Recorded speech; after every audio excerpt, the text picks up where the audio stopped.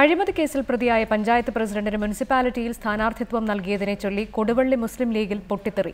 കൊടുവള്ളി ഗ്രാമപഞ്ചായത്ത് പ്രസിഡന്റായിരുന്ന റസിയ ഇബ്രാഹിമിന് സ്ഥാനാർത്ഥിത്വം നൽകിയതിനെതിരെയാണ് പാർട്ടിയിൽ കലാപമുയർന്നിരിക്കുന്നത്.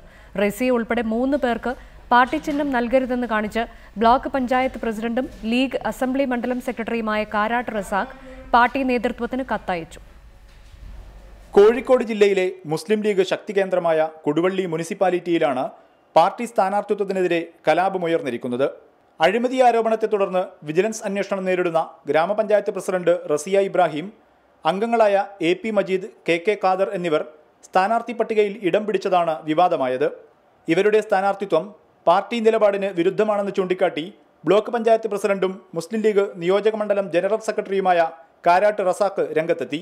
കൊടുവള്ളി ഗ്രാമപഞ്ചായത്തിൻ്റെ 5 വർഷത്തെ ഭരണം, അതിനിടയ്ക്ക് ഒട്ടനവധി ആരോപണങ്ങൾ പഞ്ചായത്ത് പ്രസിഡന്റിനും 2 മെമ്പർമാർക്കുമെതിരെ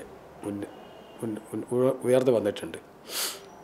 ഇതിൻ്റെ അടിസ്ഥാനത്തിൽ അത്തരം ആളുകളെ മത്സരിപ്പിച്ചാൽ കൊടുവള്ളി മുനിസിപ്പാലിറ്റിയിൽ മുസ്ലിം ലീഗിൻ്റെ നേതൃത്വത്തിലുള്ള ഒരു ഭരണം വരാൻ സാധ്യത കുറവാണ് എന്ന് ഇവർക്ക് പാർട്ടി ചിഹ്നം നൽകരുതെന്ന് കാണിച്ച് നിയോജക മണ്ഡലം കമ്മിറ്റി മുസ്ലിം ലീഗ് സംസ്ഥാന ജില്ലാ കമ്മിറ്റികൾക്ക് കത്ത് നൽകുകയും ചെയ്തു.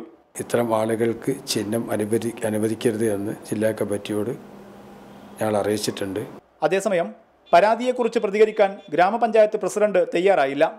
ആരോപണത്തെക്കുറിച്ച് പാർട്ടി നേതൃത്വത്തോട് ചോദിക്കാനായിരുന്നു മറുപടി. വിവാദ സ്ഥാനാർത്ഥികൾക്ക് പാർട്ടി ചിഹ്നം നൽകിയാൽ തിരഞ്ഞെടുപ്പ് പ്രചാരണത്തിൽ നിന്ന് വിട്ടുനിൽക്കാനാണ് കാരാട്ട് റസാഖിന്റെ നേതൃത്വത്തിലുള്ള വിഭാഗത്തിന്റെ തീരുമാനം. KM Shaheed, reporter, Kozhikode.